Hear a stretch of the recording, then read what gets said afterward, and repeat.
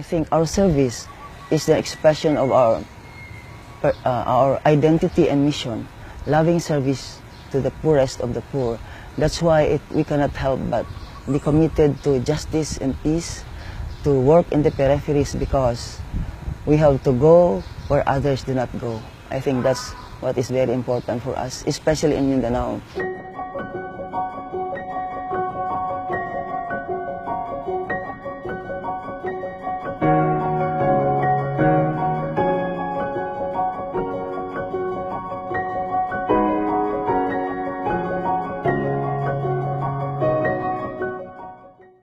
Daughters of Charity is an institute of apostolic life without religious vows.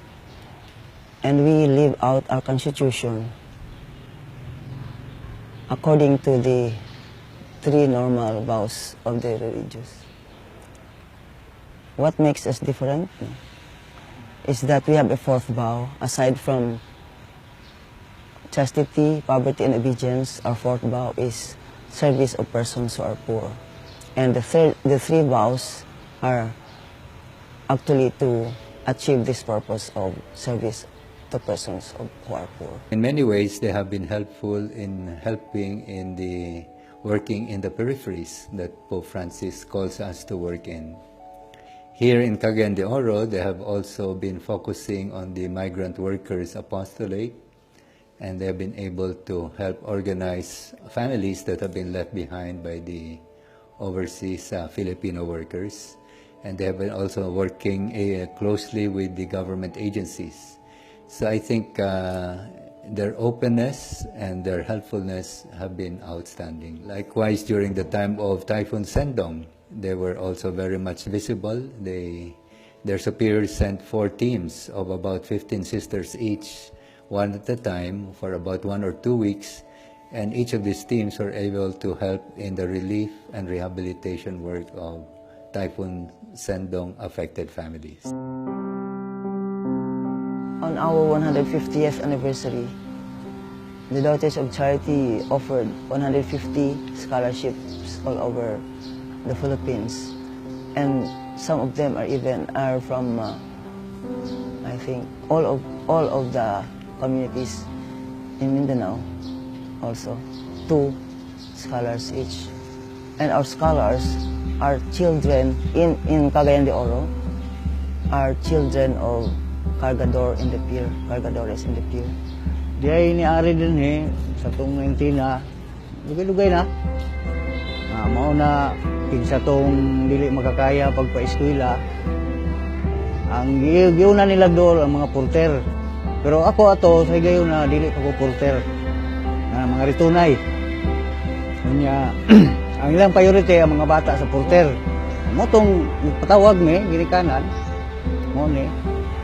Mo ang istorya. Muna akong anak nakuha. Hangtod nga naka high school na siya. Dito na eksponsoran sa Stella Maris. Hangtod naka-graduate. Dako kay kong pasalamat nila. Kay ug dito magdila di mo kay eskwela akong anak. Pero di gatabangan ako. Kuan ganang mag-graduate na maestro. Para pasalamat ko sa Ginoo. That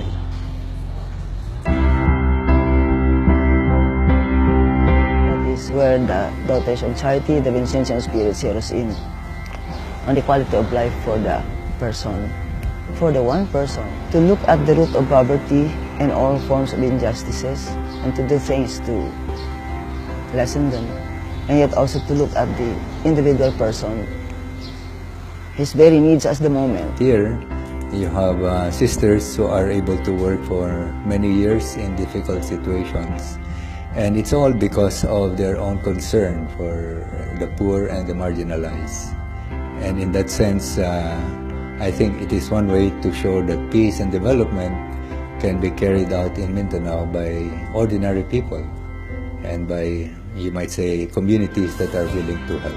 Because I believe also, as the Ministry of Indigenous Peoples, the whole world is our classroom, and the whole world is our altar wherever we offer ourselves for the service of the poorest.